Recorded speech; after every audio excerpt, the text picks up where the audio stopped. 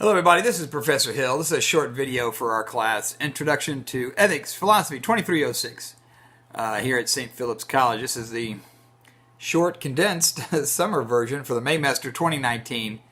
And today's Friday, May the 31st, the last day of May, the last day of our second week. So we've got one more week to go.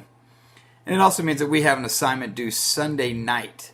So you want to make sure to get your contributions in, make sure that you respond to at least two of your classmates by Sunday night, midnight. So, in the case study that we're working on, again, we're reading chapters 4, 5, and 6, talking about consequentialism and non-consequentialism. And we're applying it to this kind of complicated case involving the Nash family.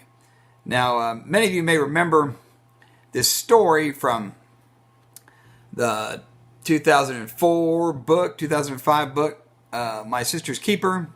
There was a movie 5 years later, Cameron Diaz. Anyway, that story, the fictional story, is based on this true story. Now, they changed certain elements of it. You'll notice the difference between the true story that happened to the Nash family and the one that's fictionalized in the book and the movie. But what you'll also see is that there's a lot that's in common. And it's a difficult story in part because it raises lots of fundamental issues about things like, why do people have children? Is any reason to have children okay? Is it okay to create a human being as a medical therapy for another human being?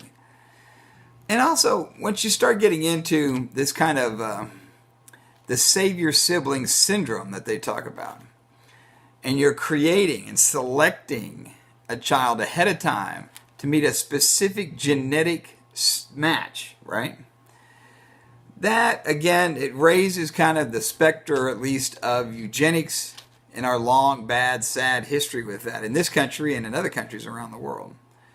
So a lot of issues kicking around inside of this case study. And I do want you to try to address them all and think about that. If you're not familiar with eugenics, take a peek at that. You'll be surprised, and specifically eugenics in the United States. And then also think about the connection between that and this case. Do you think there's a direct connection? Do you think there's not? And again, also, one of the biggest things that are all kicking around in here is just, when does human life begin? Not just life, but personhood. When does a person become a full human being with full human rights? Is it conception?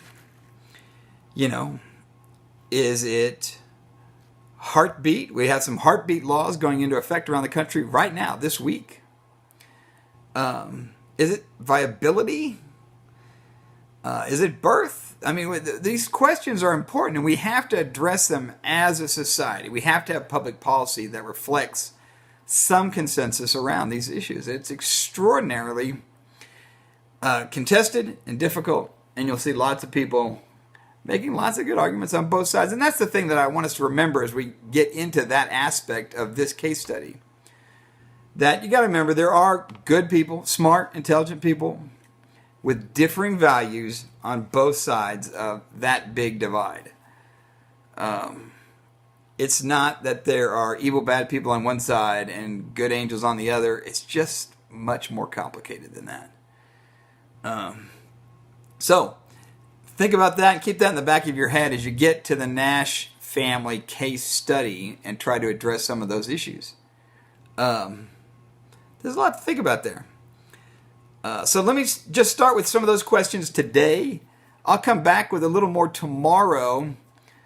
We've done a little bit about consequentialism and non-consequentialism. We want to focus also again on some of the philosophical theories from the chapters.